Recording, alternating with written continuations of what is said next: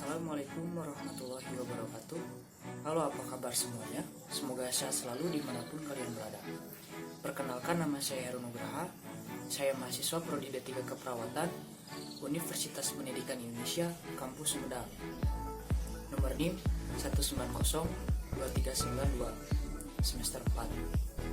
Pada video kali ini, marilah kita panjatkan puji syukur kehadirat Allah Subhanahu wa Ta'ala yang mana telah memberikan segala nikmat dan hidayahnya, juga memberikan kesehatan jasmani serta rohani kepada kita. Sholawat serta salam tetap tercurah limpahkan kepada junjungan Nabi besar kita, Muhammad SAW. Penonton yang saya hormati, di sini saya akan menyajikan sebuah riset mengenai topik Islam dan ekonomi yang berjudul Persepsi Tokoh Agama Berdasarkan Hukum Islam terhadap jual beli secara online dengan pay later. Riset ini dibuat bersama teman kelompok saya dalam rangka untuk memenuhi tugas mata kuliah SPAI. Di zaman milenial ini, teknologi berkembang sangat pesat sebagai sarana untuk mempermudah dalam kegiatan berbisnis, termasuk usaha jual beli secara online menggunakan via internet dan juga aplikasi. Nilai-nilai agama dalam muamalah sangat penting untuk diketahui masyarakat di era digital seperti ini. Tidak sedikit pendapat yang memperbolehkan dan juga mengharamkan mengenai jual beli online dengan pay later. Oleh karena itu, penelitian ini bertujuan untuk mengemukakan persepsi para tokoh agama terhadap fenomena jual beli online dengan pay later dalam segi hukum Islam. Untuk mendukung tujuan tersebut, penelitian ini dilibatkan dengan 3 tokoh agama, yaitu NU, Muhammadiyah, dan Persis. Sebelum kita bahas terlebih dahulu mengenai dasar hukum fiqh jual beli. Jual beli adalah suatu bentuk muamalah yang disyariatkan dalam Islam. Artinya, dalam segala bentuk pelaksanaan jual beli harus tunduk kepada ketentuan hukum Islam yang berlaku berdasarkan Al-Quran, As-Sunnah, Ijma, dan kaidah fiqh. Rukun jual beli. Menurut jumhur ulama, rukun jual beli itu ada 4. Yang pertama itu ada akad, ijab qabul, ikatan yang ada di antara ujung suatu barang. Yang kedua itu ada orang yang berakad, 2 pihak terdiri dari bai atau penjual dan mustari atau pembeli. Ketiga itu ada makun alaih atau objek, yaitu barang yang menjadi objek jual beli atau yang menjadi sebab terjadinya perjanjian jual beli. Dan yang keempat itu ada nilai tukar, pengganti barang. Nilai tukar mengganti barang yaitu suatu yang memenuhi 3 syarat: bisa menyimpan nilai, bisa menilai atau menghargakan suatu barang, dan bisa dijadikan dengan alat tukar.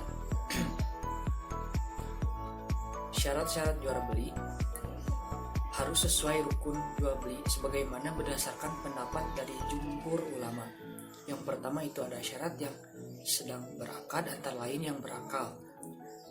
Yang kedua itu syarat yang berhubungan dengan ijab dan qabul. Semua ulama sepakat unsur utama dalam jual beli yang ini kerelaan kedua belah pihak. Yang ketiga itu ada syarat barang yang diperjualbelikan, antara lain barang ada atau tidak ada di tempat, tapi penjual menyatakan kesanggupan untuk mengadakan barang tersebut. Dan yang keempat itu ada barang sudah ada pemiliknya, boleh diserahkan kepada saat akan berakad berlangsung atau waktu yang ditentukan ketika bertransaksi berlangsung. Yang kelima itu syarat nilai tukar atau harga barang. Tergolong unsur yang mendasar dalam jual beli ialah nilai tukar, dan kebanyakan manusia memakai uang.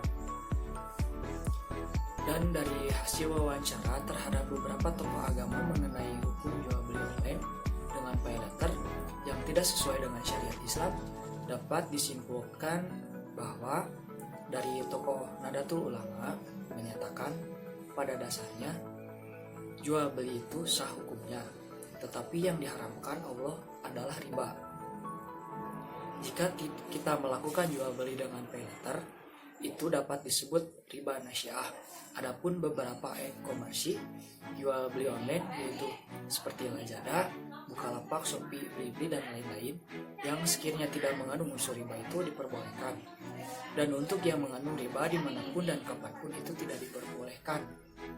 Barangnya itu sendiri harus jelas dari segi barang dan harga. Jadi dapat disimpulkan jual beli online itu hukumnya diperbolehkan, tapi jual beli yang pembayarannya menggunakan pay letter tidak diperbolehkan karena mengandung riba, dan riba itu haram dan akad yang dilakukannya tidak sah.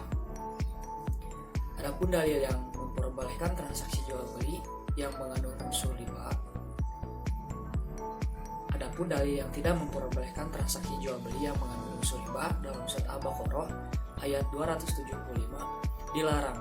Di dalamnya terdapat unsur penipuan seperti gambar yang berbeda dengan aslinya, riba, menjual barang-barang yang dilarang seperti miras dan lain-lain.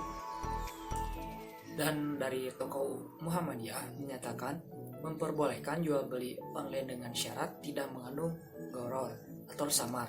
Ketidakjelasan barang yang samar sehingga mengandung unsur penipuan seperti menjual sesuatu barang di dalam karung. Adapun Al-Quran surat An-Nisa ayat 29 dengan melakukan perniagaan suka sama suka tidak boleh ada kezaliman seperti adanya salah satu pihak yang dirugikan dan salah satu pihak yang diuntungkan yang mendukung dalam dalil Al-Quran surat Al-Baqarah ayat 279. Dan riba, sedangkan pay letter itu mengandung riba yang didukung oleh dalil Al-Quran surat Al-Baqarah ayat 275. Maka dapat disimpulkan bahwa penggunaan pay letter dalam jual beli online itu diharamkan. Untuk manfaatnya emang praktis dan efisien, namun mudaratnya lebih banyak seperti berbahaya bagi akhlak dan perekonomian. Kemudian yang ketiga itu dari tokoh Persis menyatakan riba menurut Al-Quran, hadis dan ijma atau kesepakatan para ulama hukumnya haram karena jual beli online dengan menggunakan pay letter itu sifatnya berbunga termasuk riba. Riba itu termasuk dosa besar karena riba dapat melebur amal kebajikan.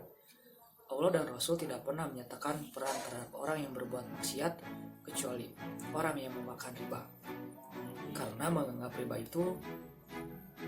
orang yang menganggap riba itu halal hukumnya kafir karena mengingkari sesuatu dari urusan agama yang tidak boleh setiap muslim harus mengetahuinya.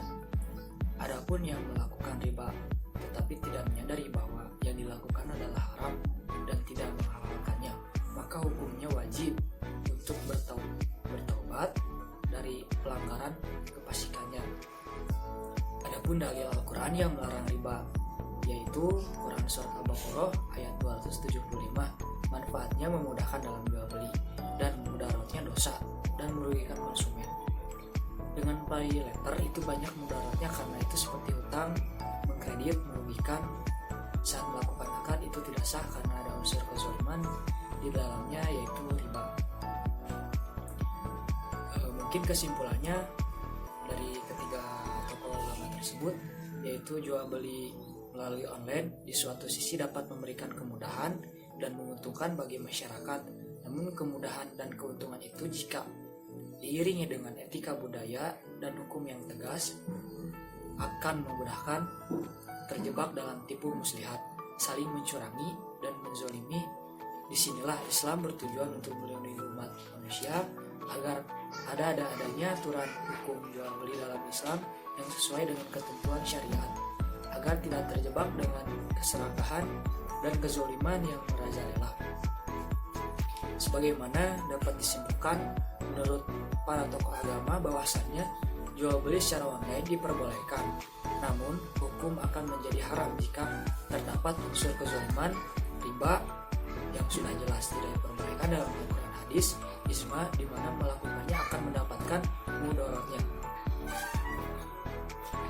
Penonton yang saya hormati, mungkin cukup sekian penyajian riset mengenai persepsi tokoh agama berdasarkan hukum Islam terhadap jual beli secara online dengan pay letter. Semoga bermanfaat. Wassalamualaikum warahmatullahi wabarakatuh.